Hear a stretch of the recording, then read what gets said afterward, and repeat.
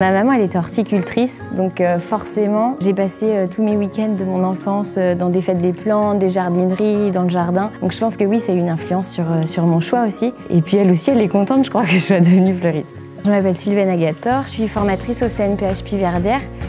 Je forme des candidats pour passer un CAP fleuriste et un BP fleuriste. Après mon bac, pour moi, c'était une évidence de me lancer dans un BTS en végétaux et jardins. Et j'ai décidé de partir en Angleterre, à Manchester. Je suis rentrée en France, j'ai fait un CAP et un BP en apprentissage. Ensuite, j'ai découvert le monde du concours. J'ai participé au WorldSkills et à Bilympique.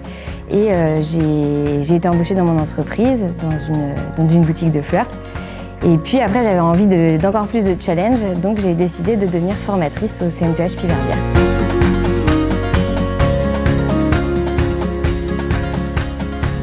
Alors mon parcours de vie, en fait quand je suis née avec une main atrophiée, ma main gauche. Et donc forcément, ça ne m'a pas forcément gênée jusqu'au collège. Mais petit à petit, j'avais des difficultés à écrire, ma main elle se bloquait. Donc on m'a dit, bon, va falloir plutôt privilégier des métiers où vous n'utilisez pas votre main. Donc on évite tous les métiers manuels. Ne me demandez pas pourquoi, j'ai décidé de devenir fleuriste, donc ce qui est vraiment très manuel. On pense que c'est une barrière, mais finalement ça va peut-être me donner aussi du challenge. J'avais un peu envie de prouver quand même que même si j'avais une petite main, je pouvais être fleuriste. Ça m'a freinée au début quand même, parce que je me suis dit, ça sert à rien que je me lance dans quelque chose que j'y arriverais pas. Puis après, allez, on essaie. Puis voilà.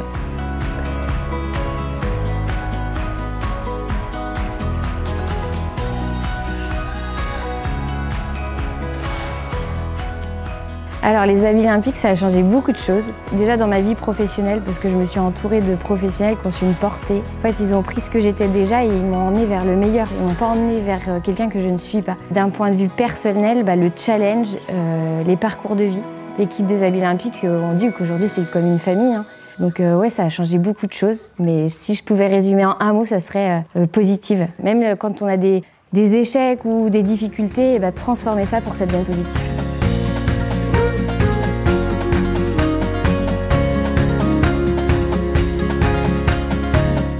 Alors à un candidat qui aimerait s'inscrire, je lui dirais fonce.